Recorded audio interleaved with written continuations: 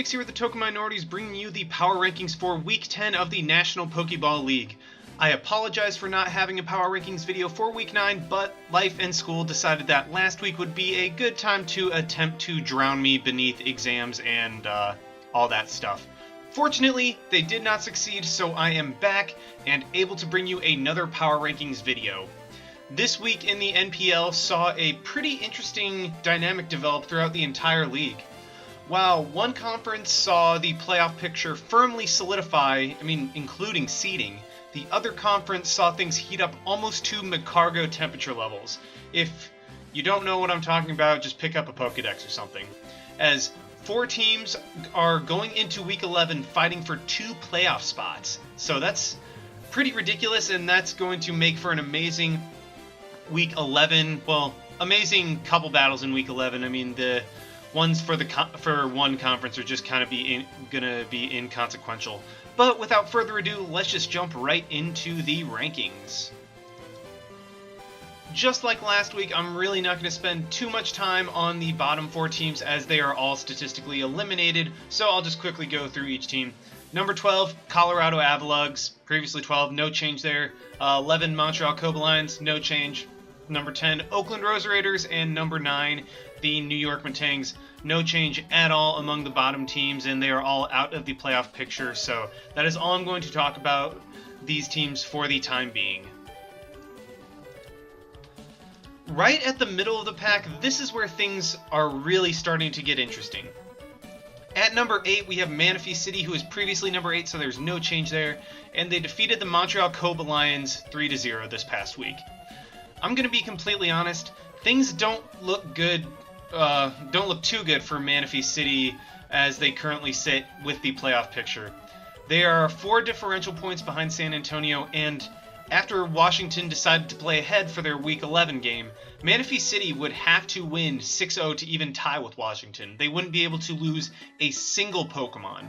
What's even worse is that Manaphy City is facing an Atlanta team that is desperate to cling on to their division and needs to win to prevent from falling into second place and potentially out of the playoffs. So Manaphy City will be going against an Atlanta team that is hungry for a victory. They're going to be trying their best to win, so that does not necessarily bode well for Manaphy City, particularly not for the 6-0 that they would be needing.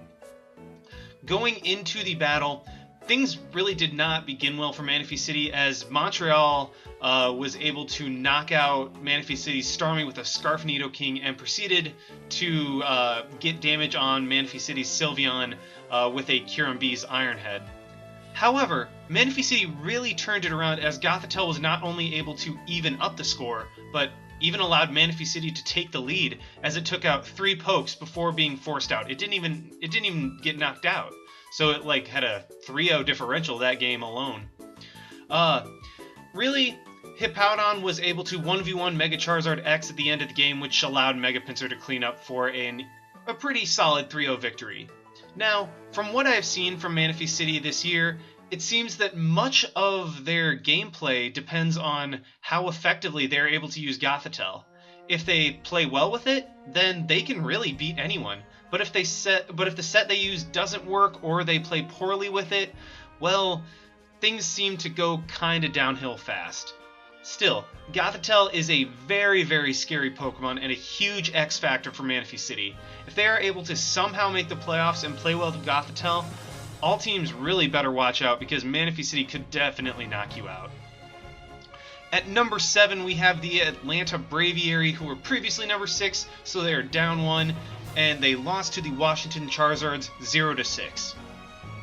After strong showings all season, Atlanta really has seemed to drop back quite a bit towards the home stretch. While they're still in the playoff picture and will more than likely make it, their level of play has not been up to par with what they have been able to do for the vast majority of the season.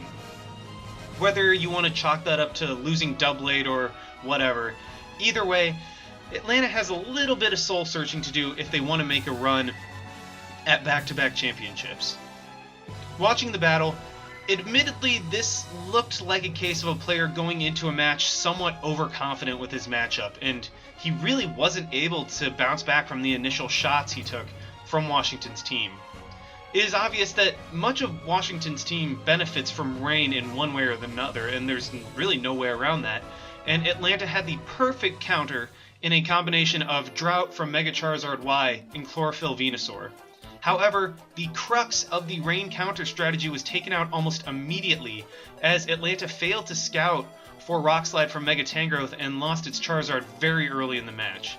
Additionally, it seemed as though Atlanta was extremely underprepared for Crocodile, as Seismitoad was unable to switch in on it, and once Seismitoad was taken out, the floodgates really just opened up. I know Atlanta has the ability to make a run in the playoffs, but they really do need to figure out something different because whatever they've been doing recently hasn't been working. Like I said earlier, Atlanta needs to win this week to guarantee their spot in the playoffs, as if they lose, not only will Washington take over the division lead, Atlanta will be in serious jeopardy of even making it into the playoffs. At number 6, we have the San Antonio Swamperts. Previously number 5, they are down 1.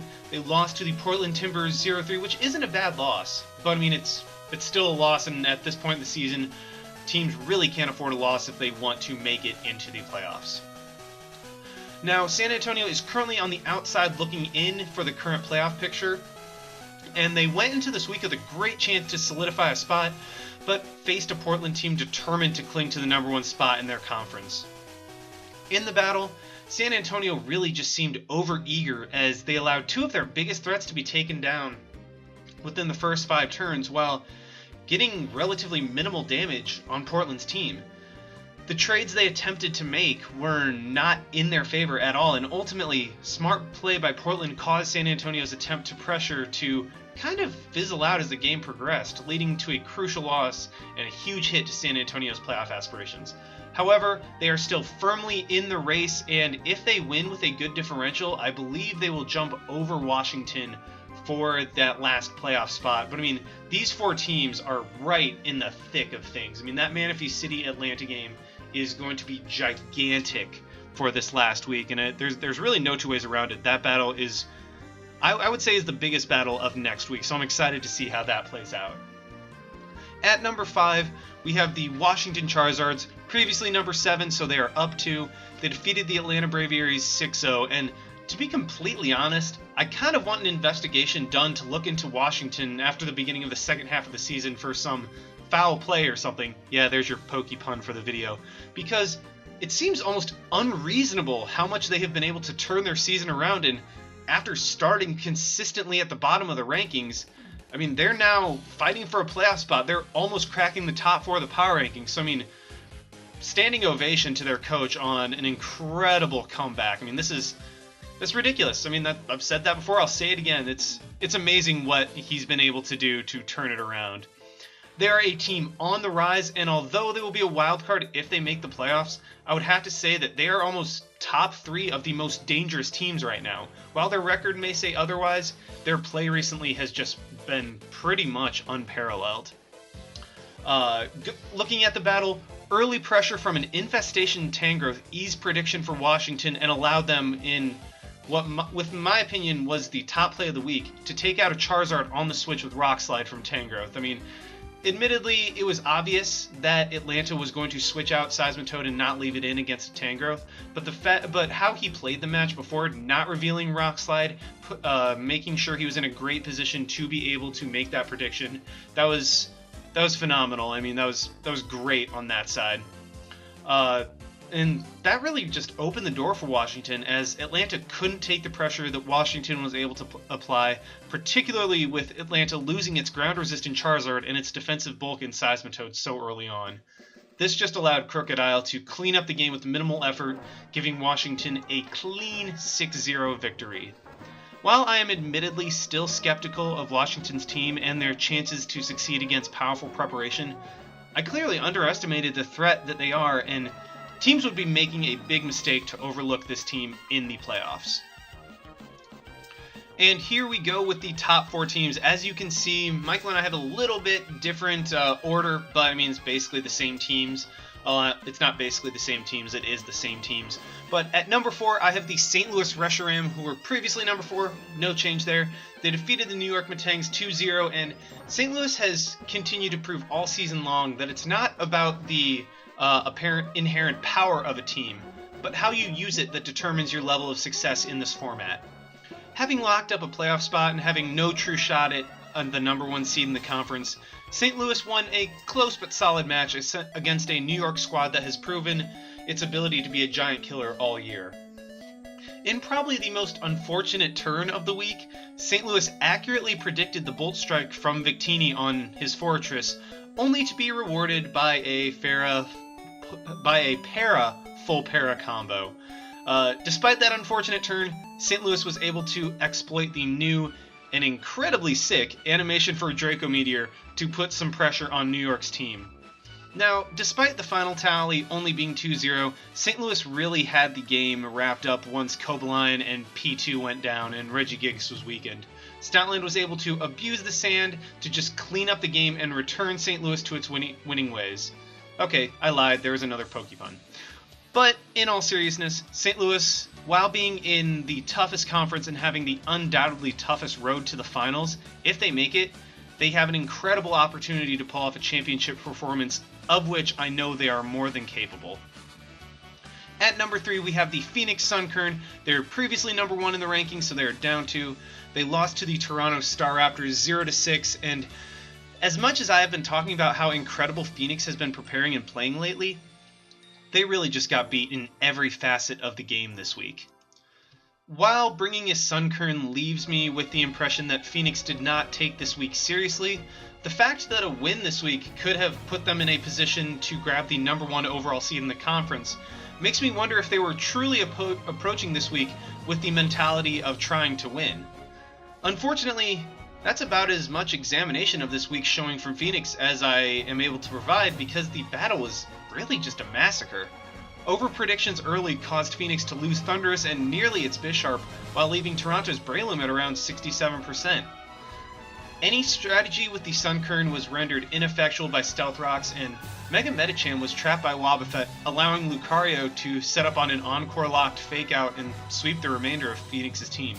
If Phoenix did not take this game seriously, then that kind of explains everything. But if they did, hopefully this result will not affect their mentality going into the playoffs, because before this week, they were poised to be the favorite as we approach the end of the season.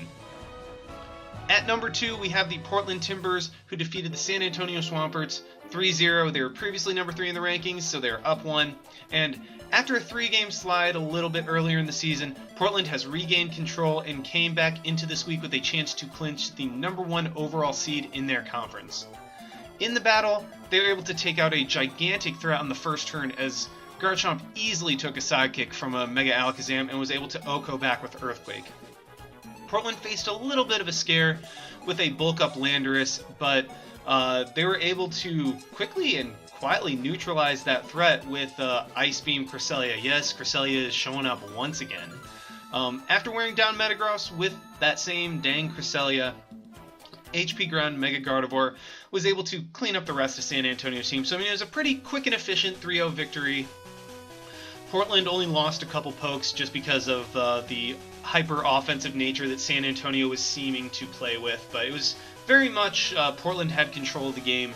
And going into the playoffs, I mean, they're the number 1 seed in their conference. They're obviously the favorite out of their conference to advance, so anybody would be foolish to try to overlook the Portland Timbers, and I would not be surprised if they were able to put together a championship run. At number 1, we have the freaking Toronto Star Raptors, who were previously at number 2, so they're up 1, and they defeated Phoenix Sunkern 6-0, and while it was voted on by the majority of the league for it to be a 7-0 defeat for Toronto, unfortunately there's this little thing called integrity and real results that we have to abide by, so there was that. And, you know, I would talk about this battle, but Jolt sucks and there's really not much more to say. Alright, fine, I'll talk about it.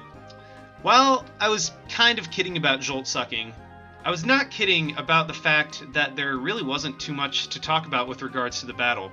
As usual, Jolt made the safest play every single dang time, and was able to use it to create an opportunity for his sweeper to clean up the rest of the game. And as much crap as I give him for never making any real plays ever, not once, I mean, never in his life has he made a real play.